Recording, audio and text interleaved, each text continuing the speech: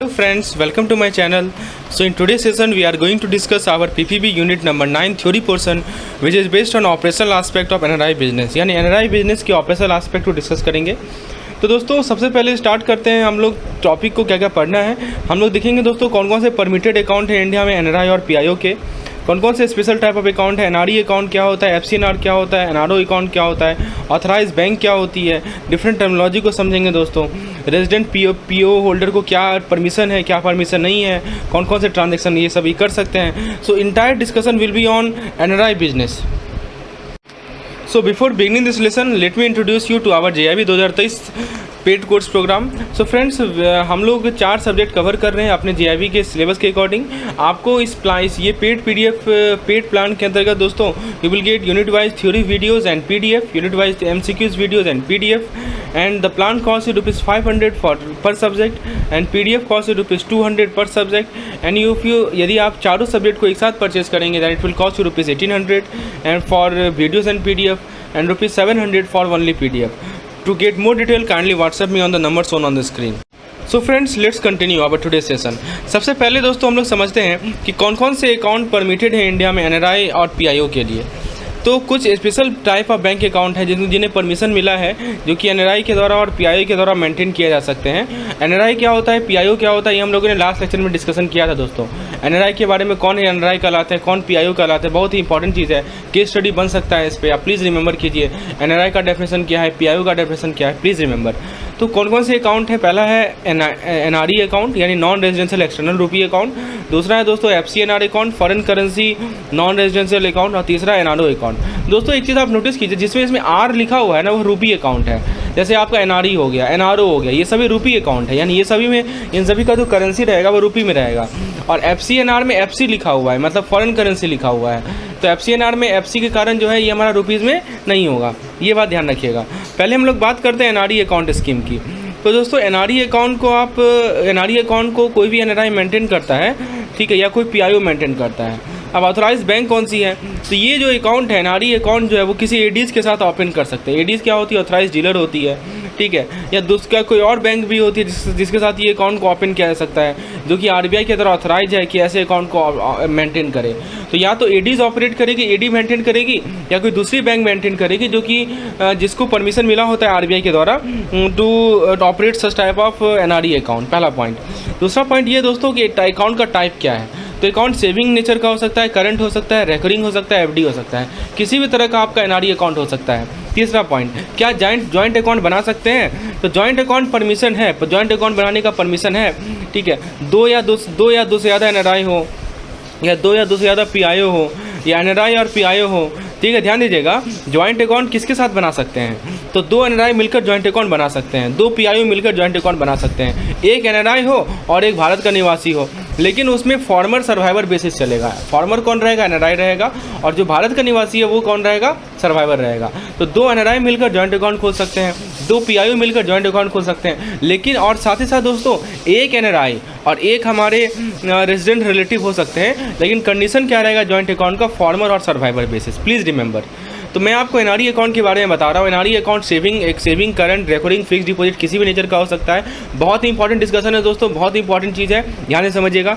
Joint account permission है, 2 या 2 से ज़्यादा NRI बना सकते हैं जॉइंट अकाउंट, लेकिन यदि रेसिडेंट रिलेटिव के साथ जॉइंट अकाउंट बना रहे हैं तो वहाँ पे कंडीशन रहेगा फॉर्मर और सर्वाइवर का।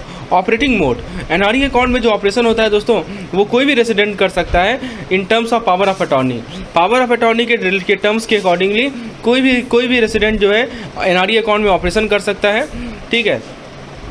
या कोई दूसरा अथॉरिटीज़ है जो कि NRE अकाउंट होल्डर के, मान लीजिए कि NRE ने कहा कि ये मेरे लिए पावर ऑफ अटॉर्नी है, तो वो ऑपरेट कर सकता है उस अकाउंट को, ठीक है। वो क्या क्या कर सकता है, विड्रॉल कर सकता है लोकल पेमेंट के लिए, रेमिटेंस कर सकता है account holder himself through banking channel, और तीसरा है कि वो इन्वेस्टमेंट कर सकता है इंडिया में। जो हमारे रेसिडेंट POA होल्डर होते हैं वो क्या नहीं कर सकते दोस्तों, मैंने आपको क्या बताया, कोई भी NRI किसी भी रेसिडेंट POA होल्डर को अलाउ कर सकता है कि उसके बिहाफ में वो अकाउंट ऑपरेट करे। तो वो क्या क्या कर सकता है, ठीक है। तो वो पहले विड्रॉल पैसा निकाल सकता है लोकल पेमेंट के लिए, वो रेमिट कर सकता है फंड को, और तीसरी चीज़ वो इंडिया में इन्वेस्ट कर सकता है उस पैसे का। क्या नहीं कर सकता है, वो NRE अकाउंट नहीं खुलवा सकता। कोई रेसिडेंट POA होल्डर है, पावर ऑफ अटॉर्नी होल्डर है, तो वो NRE अकाउंट नहीं खुलवा सकता, वो भारत से बाहर पैसा नहीं ले जा सकता except to the NRI account holder. NRI account holder को छोड़कर बाकी वो भारत से बाहर पैसा नहीं ले जा सकता, और वो किसी को रेजिडेंट को गिफ्ट में पेमेंट नहीं दे सकता अकाउंट होल्डर के बिहाफ में, और दोस्तों किसी दूसरे एनआरई अकाउंट में फ़ंड ट्रांसफ़र भी नहीं कर सकता। ये 4 चीज़ है जो कि नहीं कर सकता। मैं फिर से रिपीट कर दूं, क्या क्या नहीं कर सकता? एनआरई अकाउंट नहीं खुलवा सकता, उसके बाद वो ट्रांसफ़र फंड नहीं कर सकता दूसरे एनआरई अकाउंट में, वो गिफ्ट के रूप में पेमेंट नहीं कर सकता है दोस्तों, और भारत से बाहर वो पैसा नहीं ले जा सकता है। अब दोस्तों मैं आपके साथ डिस्कस करता हूँ कि सेविंग अकाउंट या करंट अकाउंट में कौन कौन सा ट्रांजेक्शन परमिटेड है, क्योंकि मैंने आपको बताया ना एनआरई अकाउंट आप सेविंग अकाउंट, करंट अकाउंट किसी भी रूप में आप ओपन कर सकते हैं, ठीक है। तो कौन सा ट्रांजेक्शन है जो कि परमिटेड है इस सेविंग या करंट अकाउंट में? पहला होता है cross border remittance. Inward remittance हो या आउटसाइड रेमिटेंस हो, दोनों परमिटेड है। इनवार्ड रेमिटेंस समझ रहे हैं ना, आपके यहाँ पैसा आना। आउटवार्ड रेमिटेंस मतलब क्या होता है? आपसे बाहर पैसा जाना। So both are permitted, that is called cross border remittance, ठीक है। तो सेविंग अकाउंट, करंट अकाउंट में आप क्रॉस बॉर्डर रेमिटेंस कर सकते हैं। परमिटेड क्रेडिट, कौन सा अमाउंट पैसा आ सकता है एनआरई अकाउंट में? पहला, remittance to India any permitted currency. Bharat में रेमिटेंस आ सकता है किसी भी परमिटेड करेंसी में। मान लीजिए कि किसी अकाउंट होल्डर ने कोई करेंसी या बैंक नोट, ठीक है, टेम्प्रोरी विजिट, वो भारत आया था टेम्प्रोरी विजिट पे और उसके पास कुछ बैंक नोट था, फॉरेन करेंसी था, वो पैसा रेमिट कर सकता है। दूसरा चीज़ है इंटरेस्ट एक्रूड। अब मान लीजिए कि उस अकाउंट में जो पैसा था उस पर जो ब्याज मिला तो वो भी दोस्तों क्रेडिट कर सकता है। उसके बाद दोस्तों current income in India due to the account holder, जो भी करंट इनकम है वो रेमिट कर सकता है। Transfer from other NRE FC NRB account, मान लीजिए कोई दूसरा एनआरई अकाउंट है, कोई दूसरा एफसी एनआरबी अकाउंट है, उसका पैसा इस अकाउंट में जमा करवा सकता है। उसके बाद दोस्तों जो भी एप्लीकेशन मनी है, जो भी अर्नेस्ट मनी है जो कि हाउस बिल्डिंग एजेंसीज के द्वारा किया गया, उसका रिफंड हो सकता है। तो ये सभी रेमिटेंस किए जा सकते हैं किसी भी एनआरई अकाउंट में, ठीक है। अब बात करते हैं दोस्तों परमिटेड डेबिट, कौन से डेबिट्स हैं। तो एनआरई अकाउंट में जो डेबिट परमिटेड होता है, पहला होता है लोकल डिसबर्समेंट, आपने लोकली डिसबर्स किया। दूसरा होता है भारत से बाहर पैसा ले जाना, ठीक है, आप ले जा सकते हैं, इसमें कोई सरकार इसमें छूट दी हुई है, राइट। एनआरई अकाउंट में से पैसा आप भारत से बाहर ले जा सकते हैं, ठीक है। दूसरा चीज़ है कि आप किसी दूसरे एनआरई या एफसी एनआरबी अकाउंट में पैसा ट्रांसफ़र कर सकते हैं, ठीक है। नेक्स्ट है दोस्तों फिक्स्ड डिपॉजिट टेनर। मान लीजिए कि एफडी बनाया आपने एनआरई अकाउंट में, तो उसका मिनिमम टेनर होगा 1 साल का। याद रखिएगा एनआरई अकाउंट का जो टीडीज होता है, टर्म डिपॉजिट होता है, उसका मिनिमम टेनर होता है 1 ईयर का।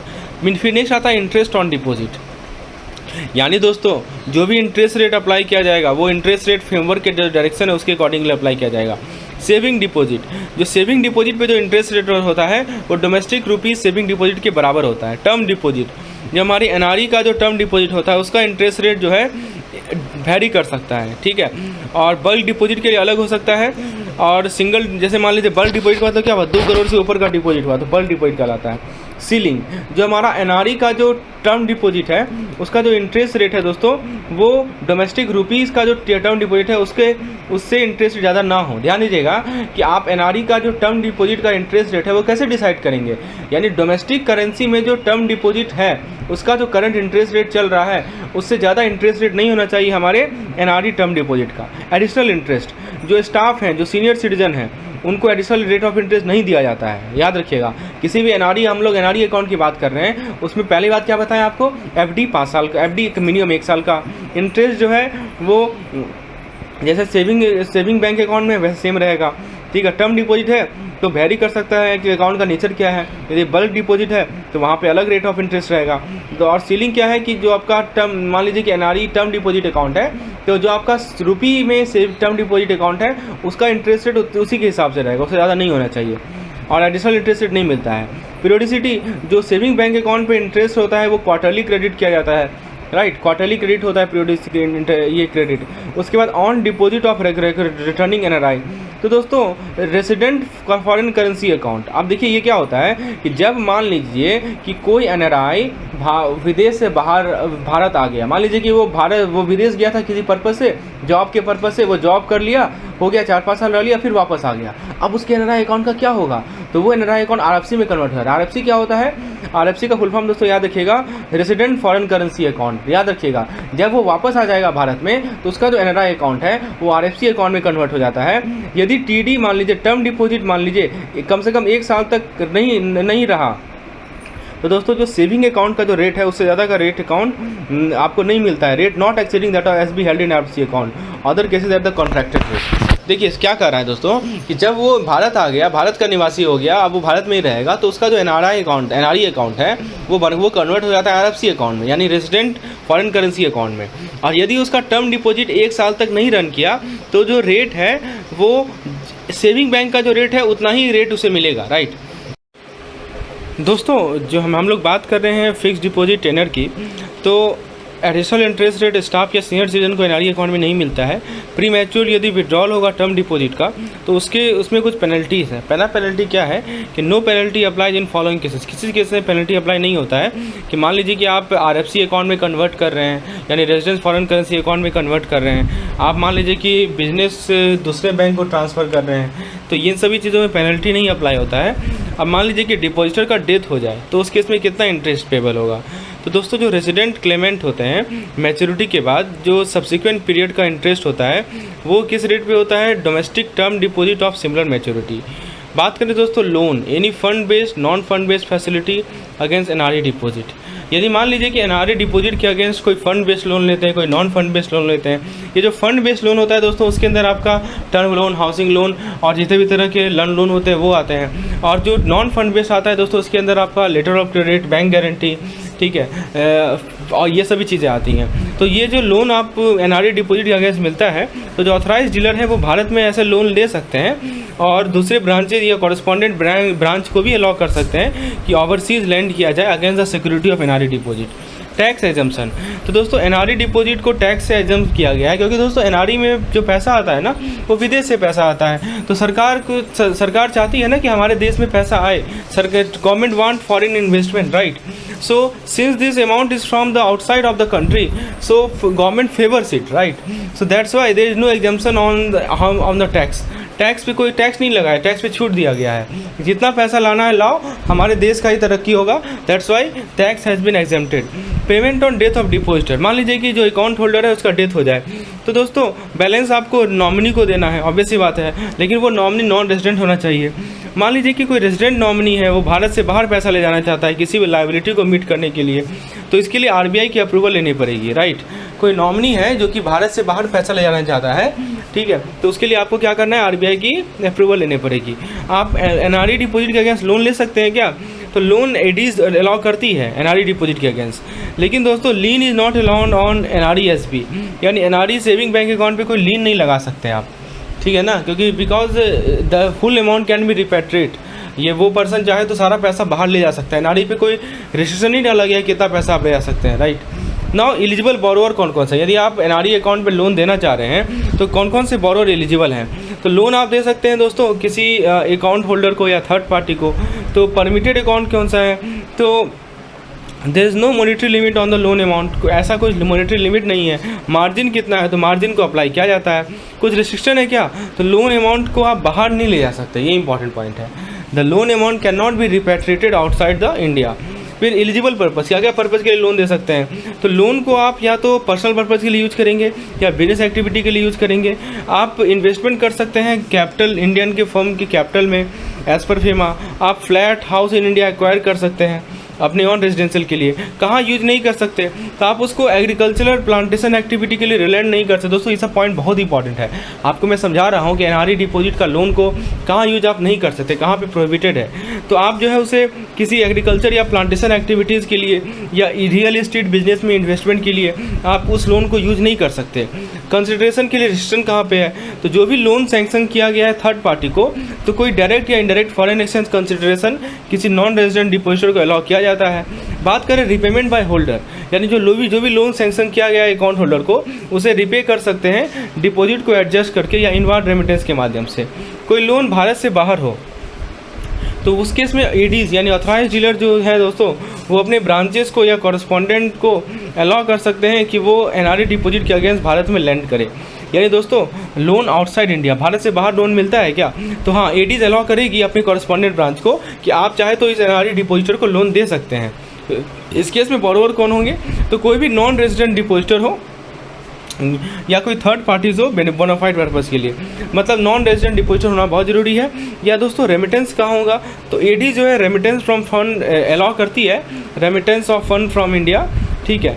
तो ऐसे लोन को लिक्विडेट करने के लिए, मतलब ऐसे लोन को बंद करने के लिए एडीज जो है रेमिटेंस अलाउ करती है फ्रॉम इंडिया। अब बात करते हैं दोस्तों नेक्स्ट अकाउंट स्कीम की, जो कि FCNR है। FCNR होता है दोस्तों foreign currency non resident account. तो इसमें क्या होता है, इसे FCNR भी कहा जाता है, बैंक स्कीम है। तो NRI और PIO ही ऐसे अकाउंट को ओपन कर सकते हैं, ठीक है। So NRI and PIO are permitted to maintain account in foreign currency with ADs in India, यानी वो फॉरेन करेंसी में भी अकाउंट मेंटेन कर सकते हैं ऑथराइज डीलर के साथ। कौन कौन से बैंक्स हैं, तो दोस्तों एडीज जो ऑथराइज डीलर्स हैं, हम लोगों ने लास्ट लेक्चर में AD1, AD2, AD3 डिस्कस किया था ना, तो वही सब एडीज हैं, ठीक है। दूसरा है डेजिग्नेटेड करेंसीज। जो FCNR डिपॉजिट है दोस्तों, वो किसी भी करेंसी में हो सकता है जो कि RBI के द्वारा डेजिग्नेट किया गया है।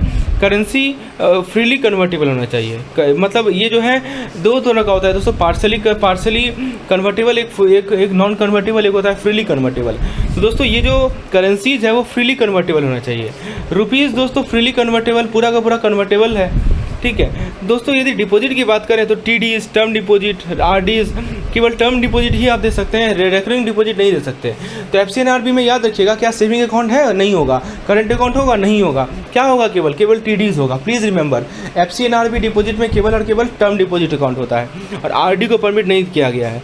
टेनर क्या होगा, तो मिनिमम 1 साल, मैक्सिमम 5 साल, ठीक है। और उसमें ब्लॉक होता है, ब्लॉक देखिए कैसा है कि 1 ईयर, बट 1 ईयर एवं 1 से 2 साल के बीच में, 2 से 3 साल के बीच में, 3 से 4 साल के बीच में, 4 से 5 साल के बीच में, और 5 साल के बाद। ये सभी ब्लॉक हो सकते हैं दोस्तों, ठीक है। तो FCNR अकाउंट के बारे में क्या बताया, केवल टर्म डिपॉजिट अकाउंट होते हैं। इसमें मिनिमम मैच्योरिटी जो है 1 साल का, मैक्सिमम मैच्योरिटी 5 साल का होता है। इंटरेस्ट रेट जो होता है वो दोस्तों as per the interest rate framework, दोनों रेट होता है, फ्लोटिंग रेट भी होता है और फिक्स रेट भी होता है।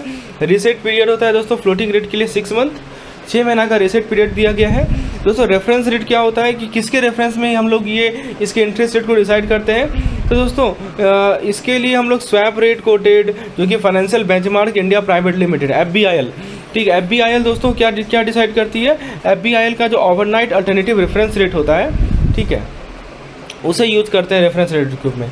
अब दोस्तों बात करें इंटरेस्ट रेट का सीलिंग, तो ये बहुत ही इंपॉर्टेंट पॉइंट है, ध्यान रखिएगा कि जो हमारा रेफरेंस रेट के रेस्पेक्ट में होता है, मान लीजिए कि टेनर 3 साल से कम है तो up to 250 basis point. Reference क्या है, रेफरेंस है दोस्तों permitted markup around reference rate.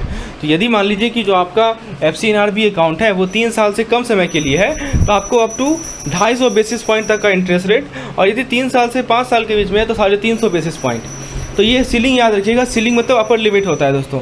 तो परमिटेड मार्कअप कितना है रेफरेंस रेट पे, यदि 3 साल से कम का है तो 250, और 3 साल से 5 साल के बीच में है तो 350। Please remember 250 and 350, 250 for less than 3 years and 350 for up to from 3 year to 5 year। So these are the ceiling of our interest rate. Now let us calculate interest. तो दोस्तों the base is 360 days to 1 year। जो आपका base period है वो कितना है, 360 days to 1 year, और 6 month reset पे actual amount of days of the residual period at the end. तो इंटरेस्ट रेट कैसे कैलकुलेट करते हैं, that we calculate with respect to 360, we assume that there are 360 days in a year, okay. So this is how we calculate the interest rate. Now renewable पे क्या interest मिलेगा, तो दोस्तों यदि आप 14 दिन के अंदर रिन्यू करेंगे तो जो ओवर ड्यू पीरियड रहेगा, lower of the rate prevailing on the date of maturity और on the date of renewable. मान लीजिए suppose you have a TD right, and you have opened for 3 years, but you want to renew it, then what will happen, तो you can renew it within 14 days, okay, for the overdue period, lower of the rate prevailing on the date of maturity और on the date of renewable. तो ये point है interest on interest. Renewable पे interest क्या मिलेगा, तो जो भी लोअर रहेगा, ठीक है, जिस दिन आपका मैच्योरिटी हो रहा है उस दिन का इंटरेस्ट रेट, या जिस दिन आप रिन्यूएबल करवा रहे हैं उस दिन का इंटरेस्ट रेट, दोनों में जो भी कम होगा उस रेट पे आपको मिलेगा। मान लीजिए कि आज 20 तारीख है, 20 फरवरी है, आज आपका मैच्योर हो रहा है, और 10 दिन के बाद आप जो है after 10 days suppose you are renewing, suppose on 28 फरवरी you are renewing, okay. So now आप आज का रेट देखेंगे और 28 का रेट देखेंगे, जो भी रेट कम रहेगा उसमें आपको लोन मिलेगा, ठीक है, यही रिन्यूएबल रेट होता है। उसी पे रिन्यू होगा। हम लोग बात करें दोस्तों FCNRB डिपॉजिट की, बात करें यदि डेथ ऑफ डिपॉजिटर हो जाता है, suppose depositor is died, now interest what happen to interest. So now suppose अब अकाउंट मान लीजिए जॉइंट है, तो दोस्तों इंटरेस्ट इस केस में क्या हो, कैसे डिटरमाइन करेंगे। तो यदि मान लीजिए मैच्योरिटी पे करते हैं तो कॉन्ट्रैक्टेड रेट पे होगा, यदि बिफोर मैच्योरिटी पे करते हैं तो दोस्तों जितना समय के लिए डिपॉजिट था उस बेसिस पे रेट मिलेगा, कोई पेनल्टी नहीं लगता। और डेथ बिफोर मैच्योरिटी, ठीक है, मैच्योरिटी से पहले डेथ हो जाए और पेमेंट मैच्योरिटी के बाद हो तो कॉन्ट्रैक्टेड रेट पे मिलता है टिल मैच्योरिटी, और simple interest at the rate of date of maturity for the period run of payment. देखिए क्या हो रहा है समझिए, मैच्योरिटी पे पेमेंट लिया, ठीक है, तो कॉन्ट्रैक्टेड रेट लगेगा। यदि मैच्योरिटी से पहले पेमेंट लिया तो दोस्तों जितना दिन के लिए पीरियड, जितने पीरियड के लिए पेमेंट डिपॉजिट रहा था उतना पीरियड का रेट लगेगा। यदि मान लीजिए कि जो डेथ है, आदमी का देहांत जो है मैच्योरिटी से पहले हो जाए और पेमेंट मैच्योरिटी के बाद ले तो कॉन्ट्रैक्टेड रेट तक मिलेगा टिल मैच्योरिटी, ठीक है, और simple interest rate at the rate of on the date of maturity. अब मान लीजिए मैच्योरिटी के बाद भी वो जो आपका FCNRB अकाउंट है वो चालू है तो सिंपल इंटरेस्ट लगता है। और यदि मैच्योरिटी के बाद डेथ हो जाए दोस्तों तो उस केस में जो हमारा डेट ऑफ मैच्योरिटी पे रेट ऑपरेटिव था वही सेविंग बैंक पे लिए होगा अंडर RFC अकाउंट स्कीम। बात करें दोस्तों रेजिडेंट क्लेमेंट, तो मैच्योरिटी पे इंडियन रुपीज़ में वो कन्वर्ट हो जाता है और इंटरेस्ट उसके बाद जो है जो हमारे डोमेस्टिक टर्म डिपॉजिट का है वो लगता है। तो याद रखिएगा जब ये पार्टिकुलर TD जो हमने FCNRB अकाउंट में ओपन किया है, the TD which we have open in the FCNRB account after maturity it converts into Indian rupees, okay, and interest is applied at the rate applicable to the domestic TDs। अब बात करें दोस्तों interest on return of NRI to India, suppose NRI returns to India then what happen. तो दोस्तों वो maturity तक continue रख सकता है कॉन्ट्रैक्टेड रेट पे एज पर FCNRB डिपॉजिट, मतलब मैच्योरिटी तक जो है वो अपने वो कंटिन्यू रख सकता है FCNRB डिपॉजिट। कंडीशन ये है कि उसे आपको रेजिडेंट डिपॉजिट की तरह ट्रीट करना पड़ेगा। जिस दिन वो भारत आया उस दिन आपको उसे कैसे ट्रीट करना पड़ेगा, रेजिडेंट डिपॉजिट के अंदर, और मैच्योरिटी होने पर उसे कन्वर्ट करना पड़ेगा दोस्तों रेजिडेंट रुपीज़ डिपॉजिट अकाउंट में या RFC अकाउंट में। दोस्तों जब वो भारत वापस आएगा तो FCNRB अकाउंट को, जैसे हमने NRE अकाउंट को बोला था ना RFC अकाउंट में कन्वर्ट हो जाता है, सिमिलरली FCNRB अकाउंट भी दोस्तों RFC अकाउंट में कन्वर्ट हो जाता है या रेजिडेंट रुपीज़ डिपॉजिट अकाउंट में कन्वर्ट हो जाता है, ठीक है। और जब वो भारत आ जाएगा तो उसे माना जाएगा रेजिडेंट डिपॉजिट और the rate on the new deposit shall be applicable for such deposit. ऐसे डिपॉजिट के लिए नया रेट एप्लीकेबल होगा। Interest for conversion to RFC, अच्छा मान लीजिए कि कोई FCNRB अकाउंट है उसको आपने RFC अकाउंट में कन्वर्ट कर लिया तो इंटरेस्ट कितना लगेगा कन्वर्जन पे। तो दोस्तों for the period it has run at the rate for saving bank under RFC scheme, ये पॉइंट है। प्री मैच्योर विड्रॉल, मान लीजिए कि आपने मैच्योर होने से पहले ही विड्रॉल कर लिया तो ऐसे डिपॉजिट पे जो इंटरेस्ट रेट लगता है उसका नॉर्म्स क्या है, as per board approve policy on penalties for pre mature withdrawal. यानी दोस्तों जो भी आपका पेनल्टी से रिलेटेड बोर्ड अप्रूवल पॉलिसीज़ है यानी तो अपने डिस्क्रिप्शन पे भी है। बात करते हैं दोस्तों NRO अकाउंट की। NRO अकाउंट होता है हमारा non residential ordinary account scheme. तो what happens to non residential ordinary account scheme. तो पहला पॉइंट है एनी पर्सन आउटसाइड इंडिया, कोई भी आदमी मान लीजिए भारत से बाहर है और वो उसके पास NRO अकाउंट है तो फिर क्या होता है, तो NRO अकाउंट की यदि हम बात करें तो कौन कौन एलिजिबल है, तो कोई पर्सन जो कि भारत से बाहर हो, ठीक है, वो दोस्तों नॉन इंडियन ऑरिजिन, जैसे मान लीजिए कि कोई पर्सन भारत से बाहर गया है, वहाँ रह रहा है, और मान लीजिए कोई बाहर दूसरा देश का आदमी है वो भारत आया है विजिट करने के लिए, तो ये दोनों एलिजिबल हैं, इस अकाउंट को खुलवा सकते हैं। एलिजिबल बैंक कौन है, जो ADs हैं या दूसरा बैंक है जिससे ऑथराइज है कि वो नॉन रेजिडेंट अकाउंट को ओपन करे। टाइप ऑफ अकाउंट क्या होगा, saving bank, current account, term deposit, RDs कुछ भी हो सकता है। जॉइंट अकाउंट, तो NRI जो है जॉइंटली रेजिडेंट के साथ ये अकाउंट खुलवा सकता है, लेकिन कंडीशन रहेगा फॉर्मर और सर्वाइवर। मैंने आपको NRI में भी समझाया था कि ये ठीक है, यदि आप मान लीजिए कि आप NRI हैं और आप यदि किसी भारत के निवासी के साथ जॉइंट अकाउंट खुलवाना चाहते हैं तो दोस्तों आपको कंडीशन बस याद रखना है कि फॉर्मर और सर्वाइवर रहेगा, आप फॉर्मर रहेंगे और सर्वाइवर रहेगा।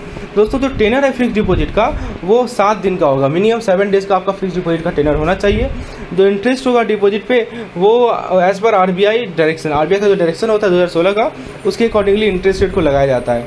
यदि हम बात करें सेविंग डिपॉजिट की तो जो डोमेस्टिक सेविंग रेट है वही आपका रेट रहेगा। टर्म डिपॉजिट की तो रेट वैरी हो सकता है एज़ पर द टेनर, यानी कितने साल के लिए आपने टर्म डिपॉजिट लिया है उस हिसाब से रेट वैरी होता है। यदि बात करें दोस्तों सीलिंग की तो जो टर्म डिपॉजिट पे इंटरेस्ट रेट है वो कंपेरेबल डोमेस्टिक रुपीज़ का जो टर्म डिपॉजिट से रेट हायर नहीं होगा। यानी दोस्तों जो हमारे डोमेस्टिक टर्म डिपॉजिट का इंटरेस्ट रेट है उससे ज़्यादा आपका एनआरओ का टर्म डिपॉजिट का इंटरेस्ट रेट ज़्यादा नहीं होगा। एडिशनल इंटरेस्ट रेट, तो एडिशनल इंटरेस्ट रेट स्टाफ या सीनियर सिटीजन को अलाउ नहीं किया जाता है। पीरियोडिसिटी, तो जो इंटरेस्ट का पीरियोडिसिटी होता है दोस्तों, यानी इंटरेस्ट जब मिलता है उसका वो शॉर्टर इंटरवल में मिलता है, कम इंटरवल में मिलता है। यदि हम बात करें परमिसिबल ट्रांजैक्शन की, तो कौन कौन से ट्रांजैक्शन परमिटेड होते हैं हमारे एनआरओ स्कीम में, तो सबसे पहला आता है परमिटेड क्रेडिट।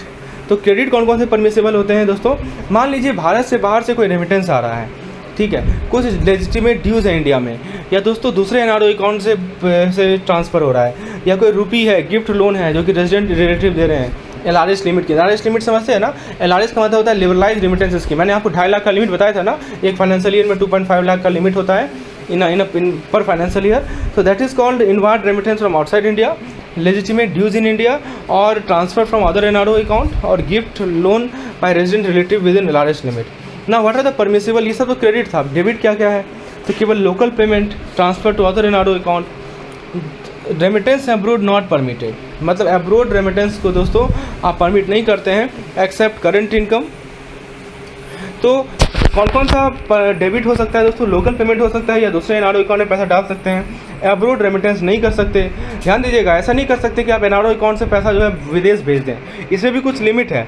लिमिट क्या है कि अप टू $1 मिलियन पर फाइनेंशियल ईयर, ठीक है, मतलब $1 मिलियन एक फाइनेंशियल ईयर में, उससे ज़्यादा आप पैसा बाहर नहीं भेज सकते, ठीक है। और उसके में क्या है दोस्तों, इसमें इसके अंदर जो पैसा आप एनआरई अकाउंट में भेज रहे हैं वो भी इंक्लूडेड है, यानी $1 million. Please remember very important point, कितना पैसा आप डेबिट कर सकते हैं उसके रिगार्डिंग नियम क्या है। किसी भी एनआरई अकाउंट से एक फाइनेंशियल ईयर में $1 मिलियन से ज़्यादा आप पैसा नहीं भेज सकते।